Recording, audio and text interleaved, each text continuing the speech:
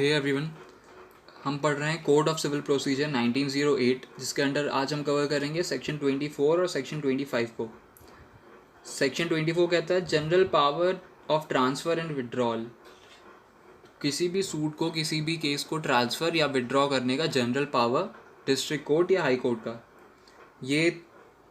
5 points में divided है ये वाला सेक्शन। सबसे पहला पॉइंट देखते हैं जो कहता है on the application of any of the parties and after notice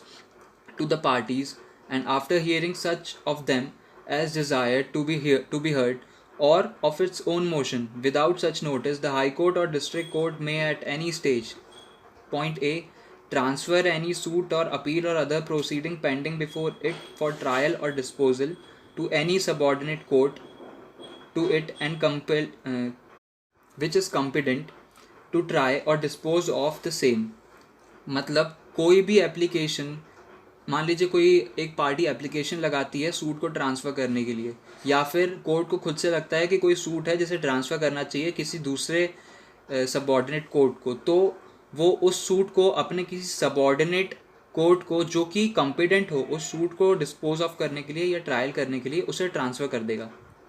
या फिर अगर किसी पार्टी ने एप्लीकेशन लगाया है किसी सूट को ट्रांसफ़र करने के लिए किसी दूसरे कोर्ट में, तो हाई कोर्ट पहले दोनों पार्टीज़ को सुनेगा, जैसा कि सेक्शन 22 में बताया गया है। पहले वो दोनों पार्टीज़ को सुनेगा, उसके बाद डिसीजन लेगा कि उसे किस कोर्ट में ट्रांसफ़र करना चाहिए। इसके बाद हम देखते हैं इसका point B, withdrawal any suit, appeal or other proceeding pending in any court subordinate to it. कोई भी हाई कोर्ट या डिस्ट्रिक्ट कोर्ट के जो सबऑर्डिनेट कोर्ट है उनमें कोई सा सूट है जो कि पेंडिंग है, जिसमें कोई भी डिसीजन नहीं आ पा रहा है, तो वो उसे विड्रॉ कर लेंगे वहाँ से। वो उस कोर्ट से उस सूट को विड्रॉ करके अपने पास ले आएंगे, फिर उसमें वो उसका ट्रायल करेंगे और उसका डिसीजन निकालेंगे। ट्राई और डिस्पोज ऑफ और same, transfer the same of trial disposal of court subordinate to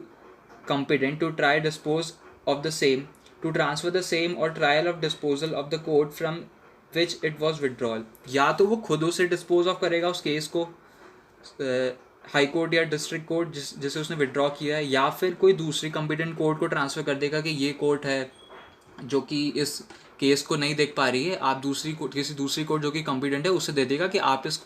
case को डिस्पोज ऑफ करो। या फिर से वो उसी केस को दे देगा,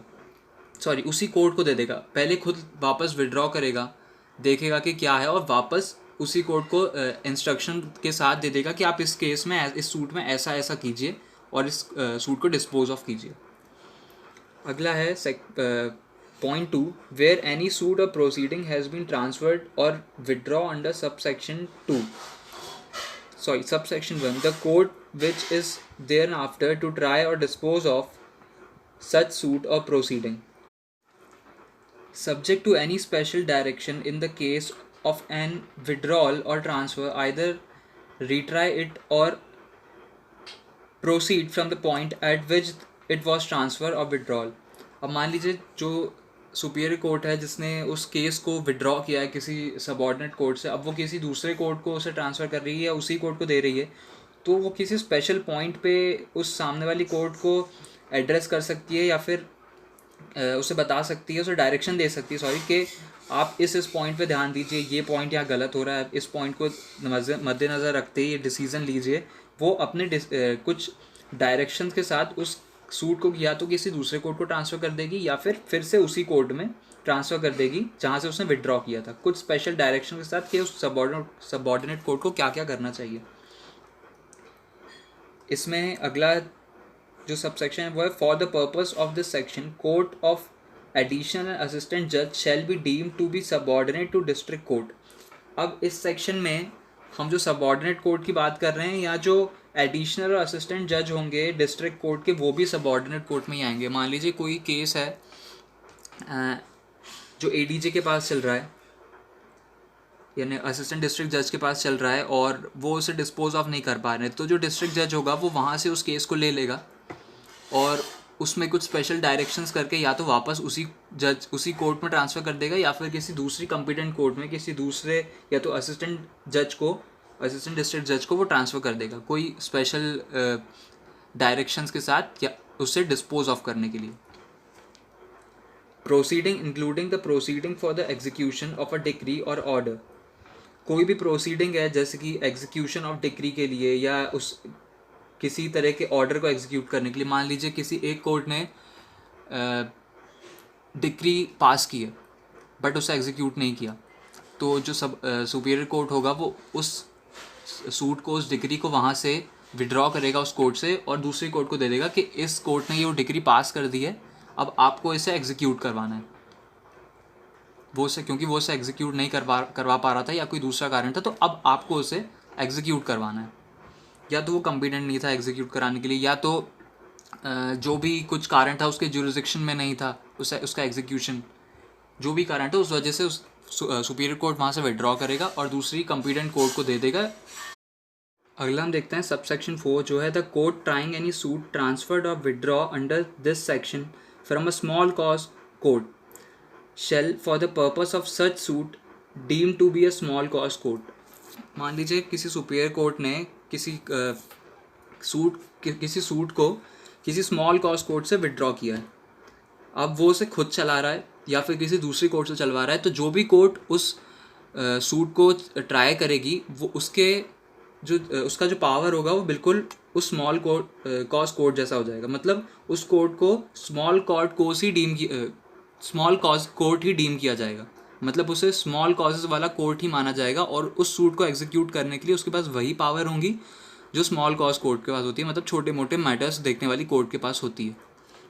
उसके पास कोई स्पेशल पावर्स उसके अलावा नहीं होंगी। जो पावर्स उस कोर्ट के पास थी जो उसे पहले देख रहा था, वही पावर्स उस कोर्ट के पास आ जाएंगी जो उसे बाद में देख रहा है। या तो सुपीरियर कोर्ट जो उसने विड्रॉ किया है वो देख रहा है, या किसी दूसरे जिसमें उसने ट्रांसफ़र किया है। इसके बाद सबसेक्शन 5 देखते हैं, अ सूट और प्रोसीडिंग में be transferred under this section from a court which has no jurisdiction to try it. अब मान लीजिए कोई ऐसा कोर्ट है जिसका ज्यूरिसडिक्शन ही नहीं था उस सूट को ट्राई करने के लिए और तब भी चला रहा था, तो ऐसे में भी जो सुपीरियर कोर्ट होगा वो उसे ट्रांसफ़र कर लेगा उस कोर्ट से, या तो विड्रॉ कर लेगा या तो ट्रांसफ़र कर देगा किसी दूसरे कॉम्पिटेंट कोर्ट में जो जिसके पास ज्यूरिसडिक्शन हो उस सूट को ट्राई करने के लिए। इसके बाद हम देखते हैं सेक्शन 25 जो सुप्रीम कोर्ट से रिलेटेड है, जो कहता है power of Supreme Court to transfer suit and etcetera. इसका सब सेक्शन 1 है, on the application of a party and other notice to the parties and after hearing such of them as desired to be heard, the Supreme Court may at any stage, if satisfied that the order under this section is expended for the end of justice, direct that any suit, appeal or other proceeding be transferred to High Court or other civil court in the same state or to the other High Court or other civil court of any other state. अब मान लीजिए कोई supreme court है जिसके पास किसी party का application आया, मतलब दोनों में से किसी भी एक पार्टी का एप्लीकेशन आया है किसी सूट को ट्रांसफ़र करने के लिए, तो अब वो दोनों पार्टीज़ को सुनने के बाद, सेटिस्फाई होने के बाद उस सूट को ट्रांसफ़र कर सकती है किसी भी स्टेज, वो किसी भी स्टेज पे चल रहा हो वो केस, उसे किसी भी स्टेज पे हो वो केस, वो उसे ट्रांसफ़र कर सकती है ऑन इट्स ओन मोशन, जब वो खुद चाहे। किसी भी स्टेट के, मतलब मान लीजिए किसी एक स्टेट में वो केस चल रहा है, या तो उसके हाई कोर्ट को ट्रांसफ़र कर देगी सीधा, या फिर किसी दूसरे सबऑर्डिनेट कोर्ट को जो कि कॉम्पिटेंट हो ट्रांसफ़र कर देगी। मान लीजिए किसी हाई कोर्ट, मान लीजिए जो पार्टी है उसने जो एप्लीकेशन लगाया है किसी एक हाई कोर्ट से दूसरे हाई कोर्ट में ट्रांसफ़र करवाने के लिए, तो ऐसे में जो सुप्रीम कोर्ट हो या फिर किसी दूसरे सबऑर्डिनेट कोर्ट से ट्रांसफ़र करवाने के लिए, जैसे सेक्शन में लिखा है एनी अदर सिविल कोर्ट, तो वो क्या करेगी, उसे जिस स्टेट में वो चल रहा है उस स्टेट से उठा के किसी दूसरे स्टेट की हाई कोर्ट में ट्रांसफ़र करवा देगी। अगला है, every application under this section shall be made by the motion which shall be supported by the affidavit. जो भी एप्लीकेशन इस सेक्शन के तहत लिए जाएंगे, जो भी मोशन लिया जाएगा वो एफिडेविट के सपोर्ट में ही लिया जाएगा। मतलब जो भी एप्लीकेशन लगाया जाएगा ट्रांसफ़र के लिए उसके साथ एफिडेविट लगाना ज़रूरी होगा। सबसेक्शन 3 कहता है, the court to which such suit, appeal or other proceeding is transfer shall subject to any special direction in the order of transfer either retry it or proceed from the stage at which it was transfer to it. अब मान लीजिए supreme court ने किसी दूसरी court को वो भेज दिया और उसके साथ कोई स्पेशल डायरेक्शन भेज दिया कि या तो आप इसे शुरू, इस जो सूट हमने आपको भेजा है, या तो इसे शुरू से चलाएं या फिर जिस पार्ट से हमने आपको छोड़ के भेजा, मतलब जहाँ तक वो कंप्लीट हो चुका था उसके आगे से चलाएं। या तो शुरू से भी चला सकते हैं या तो उसके आगे से भी चला सकते हैं। ऐसा डायरेक्शन सुप्रीम कोर्ट सामने से अपनी तरफ से दे के भेजेगा।